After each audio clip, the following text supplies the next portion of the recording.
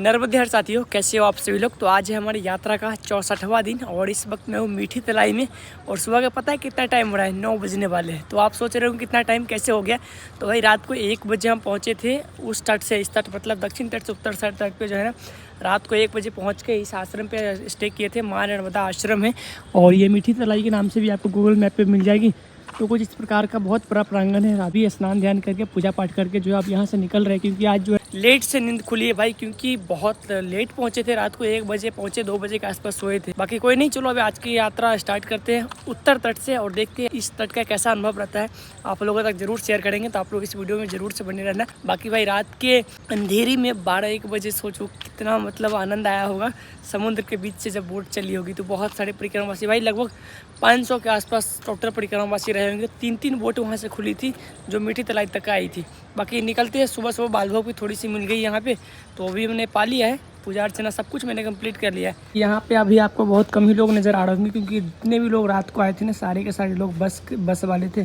सभी के सभी चले गए। बाकी जो कुछ लोग बचे वो गाड़ी वाले हैं, 4 व्हीलर से, बाइक से हैं। और जो बस वाले थे वो सभी के सभी चल के। पैदल यात्री भी बहुत सारे निकल गए, कुछ ही पैदल यात्री है जो भी बचे हुए, जिसमें हम 2-4 लोग इधर है। तो 2 लोग इसमें रुके हुए थे। महाराज जी यहाँ पे है और भी लोग निकल गए हैं। तो महाराज जी नर्मदे हर चले। तो मित्रों फाइनली 8:55 पे आज की यात्रा जो है शुरू कर दी है। जिस आश्रम पे रुके थे उसका नाम मीठी तलाई था, जो कि यहाँ पे बोट आपको उतारती है वहाँ से 1.5 किलोमीटर की दूरी पे है। तो अगर आप कभी आओ तो आपको बता दिया है। और ये जो एरिया है ना भाई, इंडस्ट्रियल एरिया है, बहुत ज़्यादा इधर प्रदूषण है और हर तरफ भाई कंपनियाँ, फैक्ट्री, इंडस्ट्रीज यही सब नज़र आ रही है। देख सकते हो सामने कितनी ज़्यादा कंपनियाँ हैं, ये बड़ी बड़ी टावरें लगी है। तो चलते हैं अब धीरे धीरे। भाई इंडस्ट्रियल एरिया होने की वजह से इतनी ज़्यादा धूल उड़ रही है, क्योंकि गाड़ी जो चलती है ना कंपनियों की, बहुत धूल मिट्टी उड़ाती है और रास्ते भी इधर धूल मिट्टी वाला ही है। और जो भी पोर्ट वाला जगह होता है ना, खासकर यहाँ बड़ा भी पोर्ट है एक और छोटा भी है, तो उस जगह पे भाई ऐसे बहुत धूल मिट्टी होता ही है। जब मैं घोघा टू हजीरा बोट राइड करके आया था भाई, तो हजीरा पहुंचने के बाद मैंने सबसे बड़ा इंडस्ट्रियल एरिया अब तक का मैंने वही सूरत का जो है ना, वही हब देखा था भाई, जहाँ पे इतनी सारी गाड़ियाँ, मतलब हजारों की संख्या में सिर्फ भाई वो ट्रकें लगी हुई थी, इतनी ज़्यादा वहाँ भीड़ थी। बाकी धूप वो सुबह आ रखा है, क्योंकि हम तो लेट निकले आज। देखते हैं आज क्या होता है धूप में हमारा। भाई कहा था ना, जहाँ पे भी शिपिंग एरिया होगा वहाँ पे भाई ट्रकों की लाइन लगी रहती है। तो यहाँ पे भी यही हाल है, देखो कितनी सारी ट्रकें लगी है रास्ते किनारे। बाकी हम माई के तट ढूंढ रहे हैं, क्योंकि हमें अब तट से जाना है भाई। इस मेन रोड पे बहुत धूल उड़ के परेशान हो गया हूँ। देखते तट कहाँ से मिलती है अब।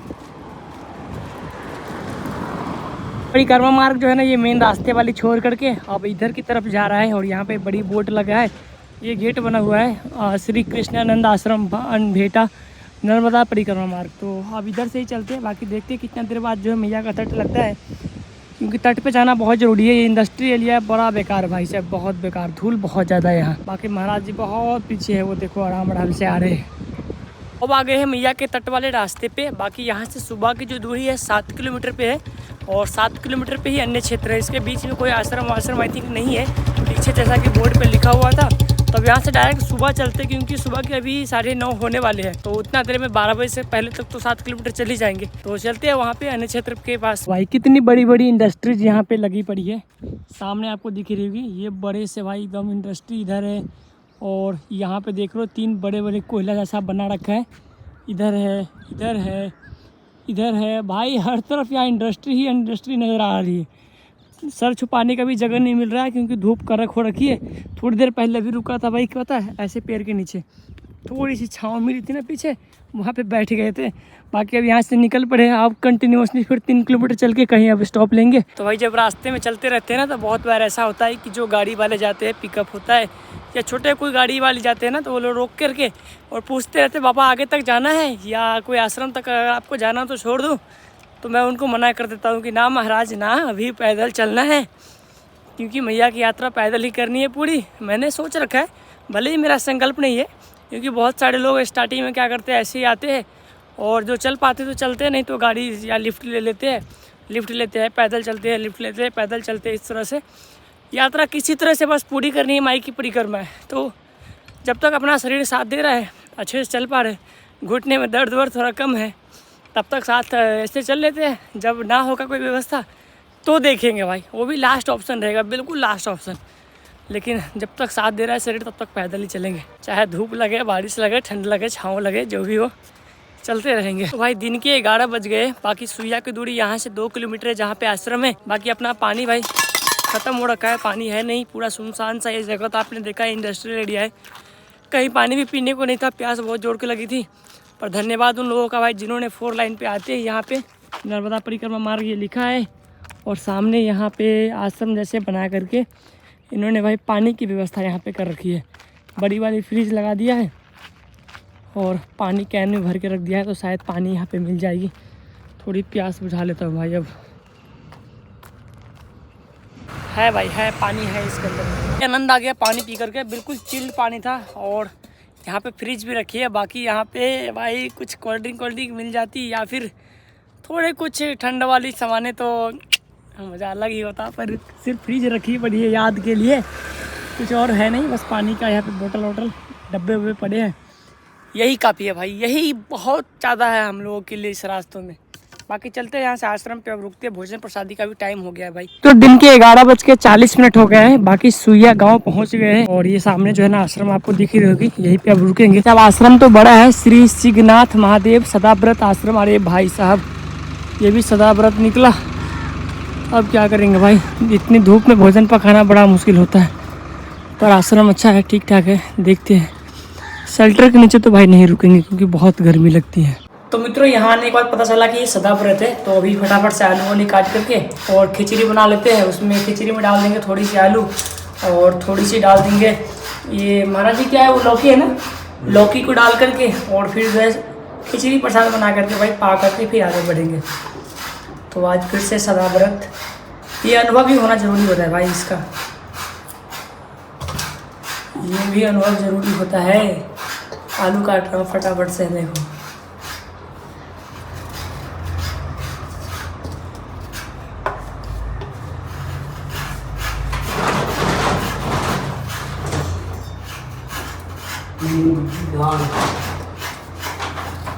खिचड़ी बनाने के लिए जो है ये सारे मसाले आ गए हैं। बाकी यहाँ पे जो है आलू कट गई है, महाराज जी अब चढ़ाने वाले हैं कुकर में।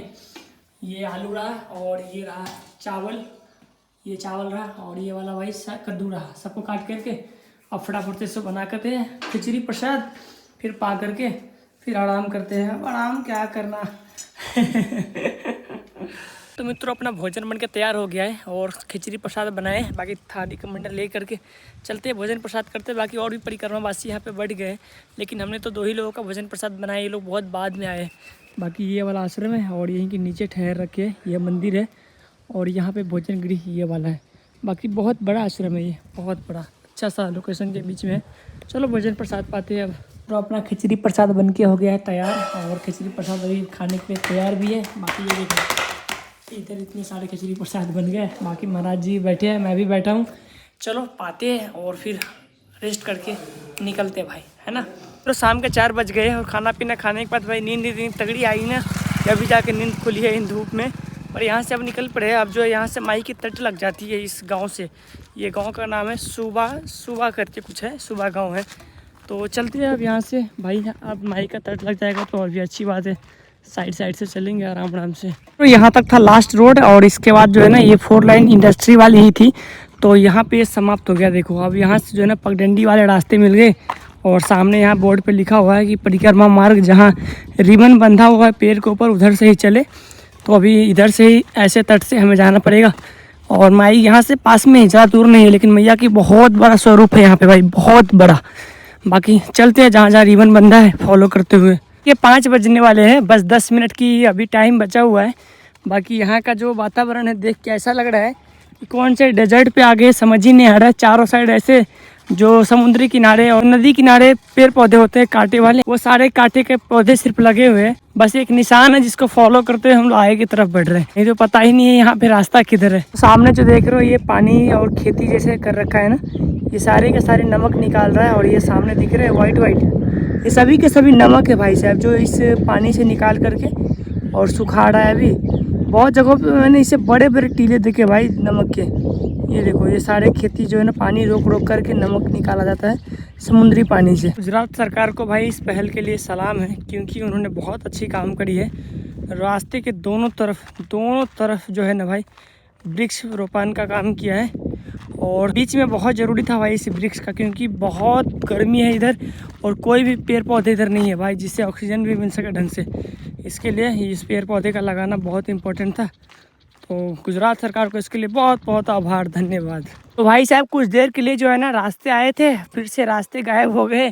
फिर से ऐसे पगडंडी और झाड़ियों से जो है ना रास्ते बनाए गए हैं। और इस झाड़ियों में भी जगह जगह पे वो बांध रखा है कपड़े, जिससे पता चल रहा है कि हमें जाना किधर है।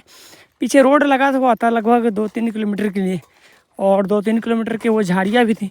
फिर से अभी रोड के बाद यह 2.5 किलोमीटर की झाड़ियाँ लगी है, और 2.5 किलोमीटर के बाद एक फिर तट पे ही, मैया के तट पे आश्रम मिलेगी। बाकी आज हमने ज़्यादा चला नहीं है, आज लेट से यात्रा भी प्रारंभ करी थी 9 बजे, और अब तक हमने 15-16 किलोमीटर की दूरी तय करी है। बाकी देखते हैं कहाँ तक जा पाते अभी। देखो देखो देखो जंगलों में अभी क्या मिला हमें, ये नीलगाय मिला। अभी देख के डर के भागा भाई साहब।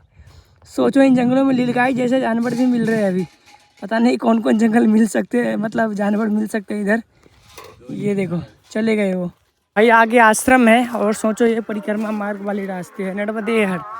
कितनी कचरा और डस्टबिन के बीच से जो है रास्ते है भाई साहब। थोड़ा इसकी भी तो साफ़ सफाई कर सकते थे। कि ये जंगल झाड़ी क्रॉस करने के बाद अभी एक गांव लगा है। गांव का क्या नाम है मुझे कोई आइडिया नहीं है। बाकी इसी गांव में मंदिर है भाई, सामने नहीं है, थोड़ी सी पास में है। इधर उधर गांव कौन सी है नो आइडिया। कौन सी गांव है महाराज ये? गांव कौन सी है? कलाधर। अच्छा, तो कलाधर गांव में पहुंच गए मित्रों हम लोग।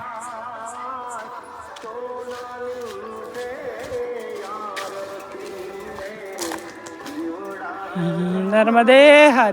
तो मित्रों शाम के 6:30 बज गया है, और जो मंदिर अभी पीछे दिखा था एक गांव में, मुझे लगा वही वाला आश्रम होगा, बट वो आश्रम नहीं था, वो जस्ट मंदिर था। तो वहाँ से 1/2 किलोमीटर भी और आगे आ गए। यहाँ पे एक राम जी का मंदिर बताया है कि लोकल लोगों ने।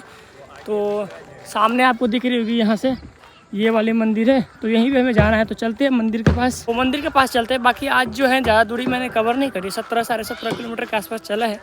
आप लोग पूछते रहते हो ना कमेंट सेक्शन में कि डेली कितना चलते हो, तो यही एवरेज रहता है अपना। आज मतलब कम चले क्योंकि लेट से निकले थे ना। बाकी 30 के आसपास एवरेज रहता है, 25-30 के आसपास। चलते हैं आश्रम पे। बाकी सूर्यदेवता ढलने पे है, और ये ग्राम है कलाद्रा। तो मित्रों अभी जो है शाम के 7 बज गया है। बाकी कलाद्रा पहुंच गए हैं, और पहुंचने के बाद यहाँ पे विश्राम करने की अपनी जगह मिल गई है। बाकी भोजन प्रसाद करते हैं, और उससे पहले माई की पूजा अर्चना करते हैं। ये वाली जगह है महादेव मंदिर है, कपालेश्वर महादेव मंदिर। बाकी आज की इस ब्लॉग को यहीं पे एंड करते हैं। मिलते हैं कल एक और नई वीडियो के साथ। आई होप ये आपको ब्लॉग पसंद आया है। वो पसंद आए तो लाइक शेयर एंड सब्सक्राइब करना। मिलते हैं कल एक और नई वीडियो के साथ। तब तक के लिए जय हिंद, जय भारत, हर हर महादेव, नर्मदे हर।